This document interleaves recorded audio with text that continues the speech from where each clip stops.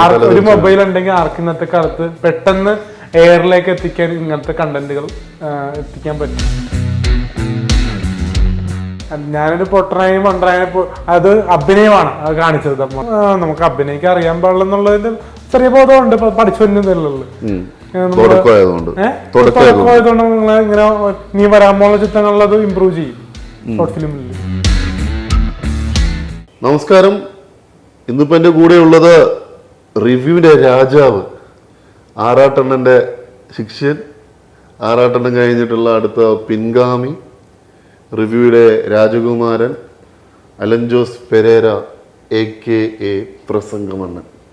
എന്നാലും നമുക്ക് പ്രസംഗമണ്ണന് തന്നെ ഇന്നത്തെ വിശേഷങ്ങളും ആളുടെ ഇനി വരാനിരിക്കുന്ന ഷോർട്ട് ഫിലിമുകളും അതേപോലെ തന്നെ തലതെറിച്ചവരും തലതെറിച്ച് 1, 2, 3, 4 എല്ലാത്തിനെയും കുറിച്ച് നമുക്കിന്ന് ചോദിച്ചറിയാം. അപ്പൊ അലാനെ, എന്തുണ്ട് പുതിയ വിശേഷം? വിശേഷം ഇപ്പൊ തലതെറിച്ച് സക്സസ്ഫുൾ ആയിട്ട് ഓടിക്കൊണ്ടിരിക്കുന്നു. എത്ര ദിവസം ഓടി? യൂട്യൂബില് അത് 1 lakh ആയി. റസാഖ് മട്ടാനിയുടെ ചാനല്, റസാഖ് മട്ടാഞ്ചേരി സംസ്ഥാനം. അപ്പൊ അത് ഇൻസ്റ്റാഗ്രാം ട്രോളിവുഡ് പോയി അത് 1 million കയറി. 1 million കയറി. പിന്നെ പിന്നെ കുറെ ട്രോൾസും വന്നു അതിനെതിരെ. എന്താ ട്രോൾ വന്നിരിക്കുന്നത്? ട്രോൾ വന്നിരിക്കുന്നത് എന്റെ അഭിനയൊക്കെ പറഞ്ഞിട്ട് ട്രോൾ വന്നിരിക്കുന്നത്. അഭിനയം കൊള്ളൂലെന്ന് പറഞ്ഞല്ലോ. നമുക്കൊരു പരീക്ഷണമാണല്ലോ. നമ്മള് ബ്രില്യൻ്റ് ആയിട്ടുള്ള ആക്ടേഴ്സ് ആണെന്ന് നമ്മൾ പറയുന്നില്ല.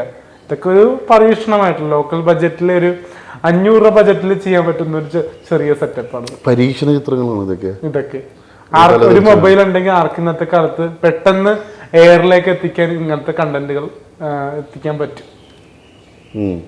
അത് നല്ലതാണോ ചീത്തയാണെന്നുള്ള ജനങ്ങൾ തീരുമാനിക്കും. അതാണ് ട്രോൾ വന്നത്. ആ ട്രോൾ എന്തെങ്കിലും സത്യം ഉണ്ടെന്ന് വിശ്വസിക്കുന്നുണ്ടോ? അല്ല, ട്രോളില് വന്ന ട്രോളുകളിൽ എന്തെങ്കിലും സത്യം ഉണ്ടെന്ന് വിശ്വസിക്കുന്നുണ്ടോ?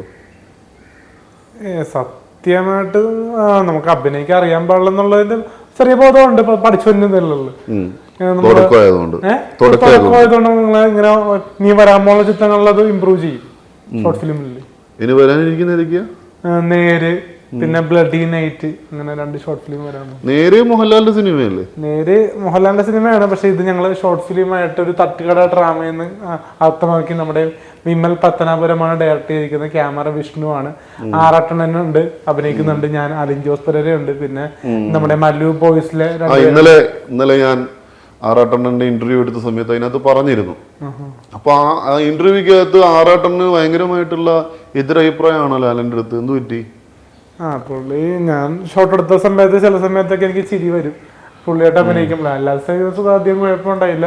പക്ഷെ ആറാട്ടണ്ണാകത്ത് അഭിനയിച്ചപ്പോ കുറച്ച് ചിരി വന്നപ്പോ ഡയറക്ടർക്ക് ദേഷ്യപ്പെടേണ്ടിയൊക്കെ വന്നു. പിന്നെ പതുക്കെ പതുക്കെ ശരിയായി. ഇപ്പൊ ആറാട്ടണ്ണനും അലനുമായിട്ടുള്ള ബന്ധം എങ്ങനെയാണ്?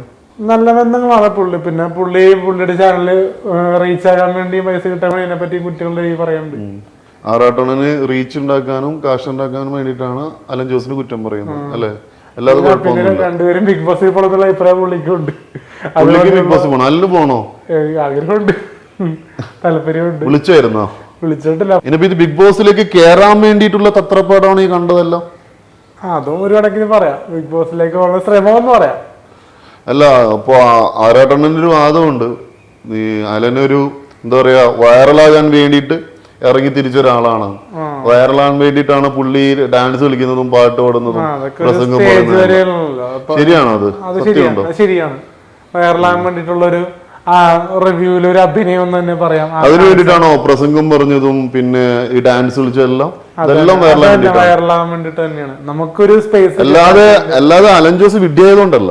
ഞാനൊരു പൊട്ടനായി മണ്ടനായ അത് അഭിനയമാണ് അത് കാണിച്ചത്. നമുക്ക് നമ്മുടെ ചാന്ത് ദിലീപേട്ടൻ പച്ചക്കുതിലൊക്കെ കാണിച്ചിരുന്നു. മണ്ടനായിട്ട് പൊട്ടനായിട്ട് സിനിമയിൽ അഭിനയിച്ചിരുന്നു. ആ അഭിനയം ഞാൻ റിയൽ ലൈഫിൽ ഒരു തിയേറ്ററിന് മുമ്പ് വെച്ച് കാണിച്ചു എന്ന് മാത്രം.